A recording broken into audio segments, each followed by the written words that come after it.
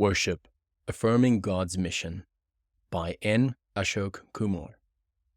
Ashok Kumar, M.A., is a PhD candidate in Applied Theology at the Adventist International Institute of Advanced Studies, Silang, Cavite, Philippines.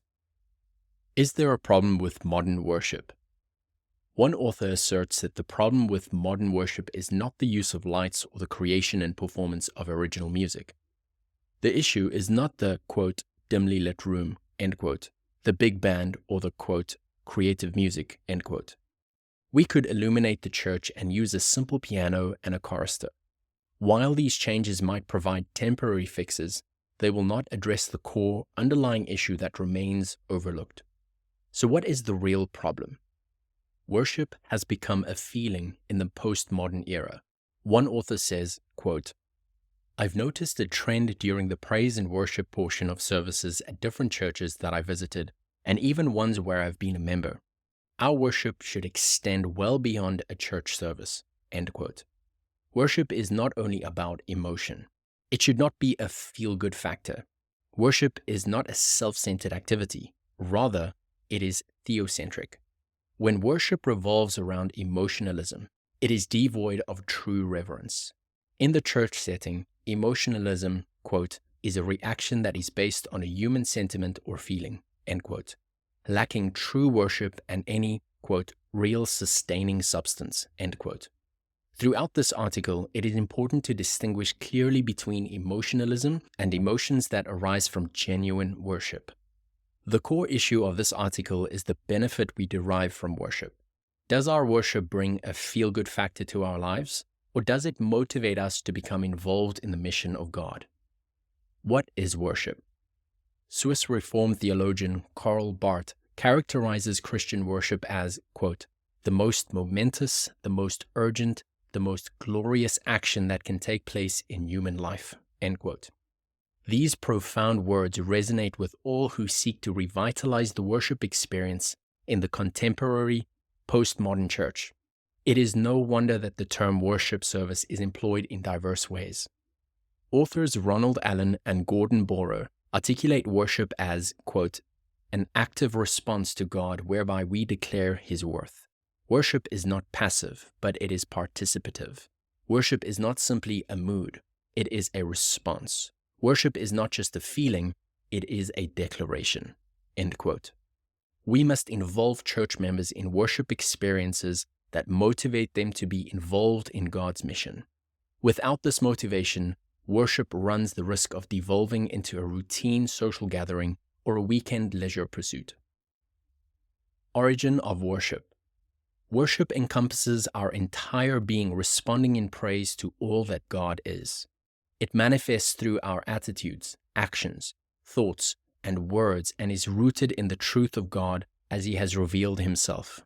God is the originator of worship, and He alone is the rightful recipient of it. The earliest mention of worship is recorded during the time of Seth, as stated in Genesis 4 verse 26, quote, at that time men began to call in the name of the Lord, end quote. Since then, God has communicated with individuals, initiated animal sacrifices, and established covenants as integral components of worship. Throughout history, God has safeguarded His people, called them for specific purposes, and responded to their acts of worship. The journey of the Israelites was marked by moments of worship to the Lord. At Mount Sinai, God explicitly commands the Israelites to worship Him exclusively, emphasizing the necessity of undivided devotion to Him. Quote, I am the Lord your God. You shall have no other gods before me. End quote. Throughout the Israelites' time in the wilderness, the sanctuary served as a tangible symbol of God's presence and a designated gathering place for worship. What does God expect? The prophet Isaiah elucidates the essence of worship, stating, quote, I will bring them to my holy mountain and make them joyful in my house of prayer. Their burnt offerings and sacrifices will be accepted on my altar, for my house will be called a house of prayer for all peoples. End quote. The primary objective of worship is to extend an invitation to all individuals to partake in the presence of God. This embodies the mission of God, and worship serves to fulfill the divine purpose of inviting every individual to the saving knowledge of God. Worship and mission. The worship practices of ancient Israel were primarily centered on uplifting believers within the confines of Israel. The establishment of a physical structure in Jerusalem served multiple purposes, one of which is underscored by King Solomon. During his prayer of dedication for the temple, he implored God, quote, "As for the foreigner who does not belong to your people Israel, but has come from a distant land because of your name, for they will hear of your great name and your mighty hand and your outstretched arm. When they come and pray towards this temple, then hear from heaven your dwelling place. Do whatever the foreigner asks of you, so that all the peoples of the earth may know your name and fear you, as do your own people Israel, and may know that this house I have built bears your name." End quote. In the Old Testament, God chose the children of Israel as agents of his mission. God's Old Testament model of mission was centripetal. The children of Israel remained in the Holy Land, serving as witnesses to the nations of God's salvation. The mission model of the New Testament was centrifugal, spreading the message of salvation to the entire world. The key factor in the centrifugal model is going out into the world. Principles of mission worship. Here are 5 principles to reorient the worship service toward a mission-oriented endeavor. 1. Embrace God's commission. The purpose of worship extends to the fulfillment of God's mission. Embedded within the gospel commission is an element of worship, quote, "and teaching them to obey everything I have commanded," end quote. Worship serves to educate church members in their involvement in the Great Commission. If the church service fails to equip its members with the motivation for God's mission, it risks devolving into mere entertainment. Author Ellen White underscores the importance of every church functioning as a training ground for Christian workers. Its members should receive instruction on conducting Bible readings, leading Sabbath school classes, aiding the disadvantaged, caring for the sick, and evangelizing the unreached. 2. Engage the heart. The worship service aims to foster the growth of members in their relationship with Christ. Worship necessitates the active engagement of believers' hearts in the service of God. When the heart is fully invested in God's mission, it satisfies the emotional aspect of worship. Thus, the worship service should facilitate believers in establishing a profound connection with God and his mission. 3.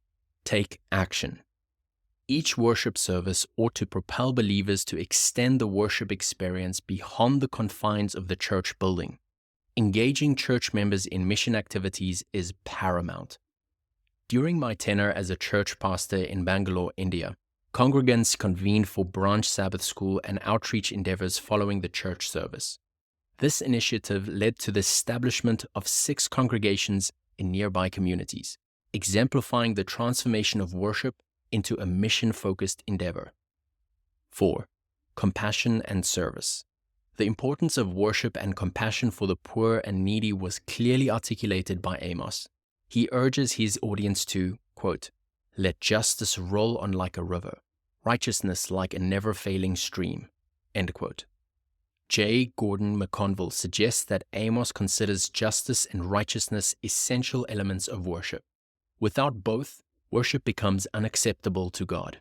McConville advances the argument further by stating that, quote, "The covenant people knew well that God is denied and even blasphemed when there is a form of worship apart from the love of one's neighbor, which desires to do justice.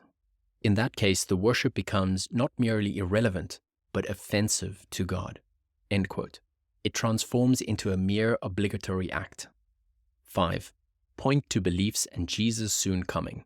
The worship service serves to strengthen the church members' trust and confidence in the foundational beliefs of the church. Each worship service must be meticulously planned to nurture and educate members in the teachings of the Scriptures. In his advice to young Timothy, Paul emphasizes the importance of diligent study. Quote, "Study to show thyself approved unto God, a workman that needeth not to be ashamed, rightly dividing the word of truth." End quote. The message of the second coming is the central focus of the mission of God and should motivate church members for missions. Mission-oriented worship. How do church pastors and worship leaders motivate their members for the mission of God? Here are some practical ways to encourage church members to participate in mission projects after the worship experience. These methods may vary in application depending on the context. Transform worship. To foster a spirit of mission among the church members, churches should plan to preach at least 2 sermons a month on the mission of God. Having a preaching schedule that includes regular sermons on this theme can better motivate church members to commit to God's mission. Planning worship services with mission in mind can significantly enhance the commitment of the church toward the mission of God. Mission to extend the horizon. Every local church should actively train its members to engage in outreach ministry. During the early days of my ministry as an associate pastor in Bangalore, India, the church had a unique way of spending the Sabbath. After each service, under the supervision of the pastoral staff, church members would gather, form into small groups, and visit the surrounding localities, including places where their relatives lived. Over 6 months of visits, the church members were ready to start branch Sabbath schools. These branch Sabbath schools eventually grew into small congregations that later developed into churches around the city of Bangalore. The main church and its members played a crucial role in establishing at least 5 churches in the city. This practical approach toward mission inspired church members to stay motivated for God's mission after worship services. Mission refocus. The Seventh-day Adventist Church regularly reviews its mission strategies and introduces new approaches. Every 5 years, the church sets the tone and rhythm for mission work globally. For the years 2022 to 2025, the World Church is concentrating on the theme of mission refocus. Each mission, conference, and union field are encouraged to send one missionary for cross-cultural missions.